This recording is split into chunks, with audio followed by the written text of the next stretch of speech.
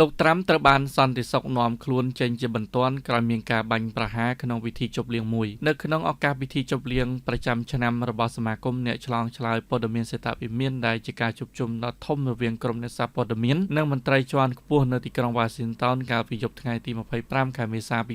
2026 មានហេតុការណ៍មួយដ៏គួរឲ្យតក់ស្លុតបានកើតឡើងយោងតាមសារព័ត៌មាន TRT World ខណៈដែលកម្មវិធីកំពុងប្រព្រឹត្តទៅយ៉ាងរលូនស្រាប់តែមានសូរសំឡេងផ្ទុះខ្លាំងៗជាបន្តបន្ទាប់បានបន្លឺឡើងនៅក្នុងពិធីសាលដែលបង្កឲ្យមានការភ្ញាក់ផ្អើលនិងចលាចលពេញបន្ទប់តែម្ដងភ្លាមៗនោះក្រុមភ្នាក់ងារការពារសុវត្ថិភាពបានស្ទុះទៅការពារប្រធានាធិបតី Donald Trump និងបាននាំលោកចាក់ចេញពីវេទិការួចជន្លៀសចេញពីទីតាំងពិធីជប់លៀងនោះយ៉ាងលឿនបំផុតដើម្បីធានាសុវត្ថិភាពការរំខានដោយសារបញ្ហាសន្តិសុខដ៏មិននឹកស្មានដល់នេះបានធ្វើឲ្យកម្មវិធីទាំងមូលត្រូវផ្អាកភ្លាមៗខណៈដែលអាជ្ញាធរកំពុងធ្វើការត្រួតពិនិត្យយ៉ាងយកចិត្តទុកដាក់ដើម្បីស្វែងរកប្រភពនៃសម្លេងផ្ទុះនោះនិងការពារគ្រោះថ្នាក់ជាយថាហេតុណាមួយដែលអាចកើតមានឡើង